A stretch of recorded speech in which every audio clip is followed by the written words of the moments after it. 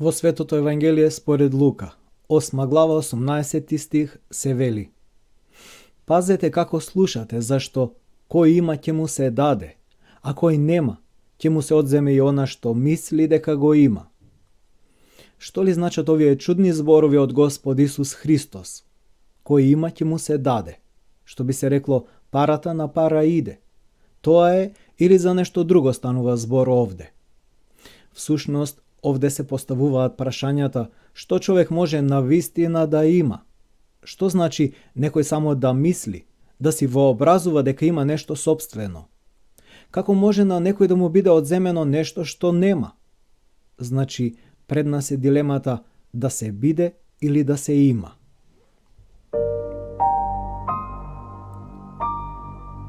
Човекот е создаден според образот Божи и според подобието на Бога. Тоест, како сличен на Бога според душевните и духовните својства и способности. На Божиото подобие во човекот му е сродно само доброто. Само доброто и добродетелите можат да го проникнуваат, да го збогатуваат и усовршуваат човекот. Злото и лошото дело за човекот се несвојствени, несродни, нечовечки. Злото не може да се вгради во тебе, не може да стане составен дел од тебе и да остане во тебе и со тебе за секогаш, како што може доброто. Злото може само да паразитира на човекот, да го измачува човекот како нешто туѓо што во него сака да престојува, а нема соодветно место. Злото може да го обезличува ликот и да го изопачува образот Божи во човекот, толку што човекот со своите постапки може да падне пониско и од животните. Но човек никогаш не може да престане да биде човек. Затоа христијанството секогаш му остава на човекот можност да се обнови, можност да се покае, да се врати во богодаденото достоинство. Синот Божи можеше да стане син човечки, зашто во човекот имаше предиспозиции во образот и подобието, според кој беше создаден човекот. Тие предиспозиции го прават човекот религиозно битие, отворено за Бога. Таа перспектива кон вечноста во човекот не може да биде заменета со никакви земски амбиции за бескрајно продолжување на возраста и на човечкиот род.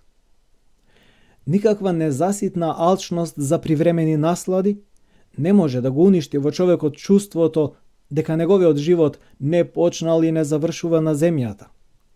Ако човек сака да го замагли во себе чувството дека е повикан да се стреми нагоре, кон небесата, ако га сака да се залажува со трендот што го практикува мнозинството, дека ете сите така живеат, тој знае да си рече: човек сум и се што е човечко не ми е туѓо.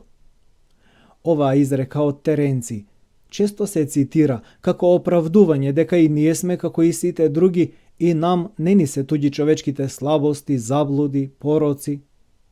Надвор од библискиот контекст за богообразноста на човекот, под се што е човечко, може да се подразбира се што човек ќе посака, па и безсрамното, се до нечовечкото. Доброто не е добро и не е човечко, ако истовремено не е и Божјо, ако не е богоблагословено. Ако на човек не му е критериум богообразноста, богоподобноста, тоест богосличноста, неговиот интерес и неговите стремежи и афинитети, свесно или несвесно, би можеле да се совпаднат со интересите и тенденциите на ѓаволот. Така, оние зборови човек сум и се што е човечко не ми е туѓо, би можел да ги каже и самиот ѓавол, кој има посебен афинитет кон човекот. Така ја парафразира Достоевски таа фраза преку еден од ликовите во Браќа Карамазови: Сатана сум и ништо човечко не ми е туѓо. Не е случајно тоа што спомнатата латинска изрека својата популарност ја обновила дури во периодот на Ренесансата, кога се заборавало светото, а се потенцирало световното, се истакнувале секојдневните човечки потреби. Но Ренесансата, која сакала да го истакне човекот и човечкото без Бога, била почеток на расчовечувањето на човекот, која во денешни денови како да го достигнува зенитот. Човекот може да биде човек само со Бога. Човекот е богообразен и се што е божествено не му е туѓо. Човекот е создаден за богоподобие, за да се усовршува и да станува се посличен на Бога, и затоа се што е благодатно, добро и благословено не му е туѓо. Јас дојдов да имаат живот и изобилие да имаат, вели Господ Исус Христос. Така, само во Бога за човекот да се има, се поистоветува со да се биде. Вистински добро е она што нема да изгори во огнот на последниот ден. Лагата и злото не можат да обстанат во присуство на апсолутното добро.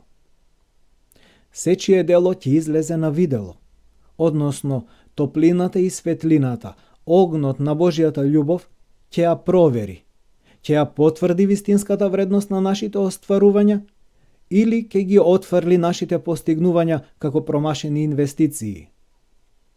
Во последниот ден ќе ни биде одземено се што сме го посакувале само за себе.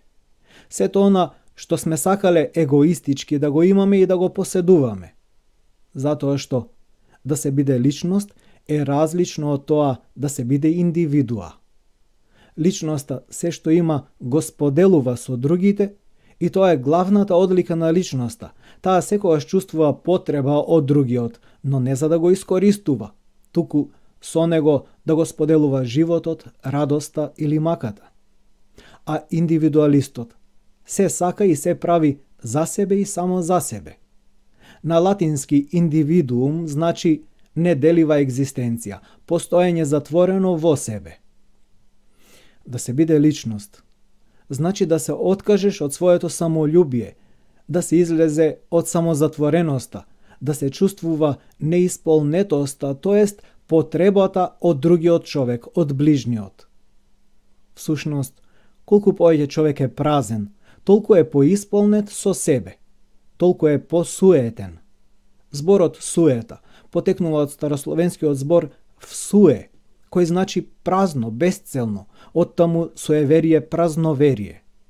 Тоест, суета е сето она што нема вистинска вредност, она што мислиме дека го имаме, а реално го немаме.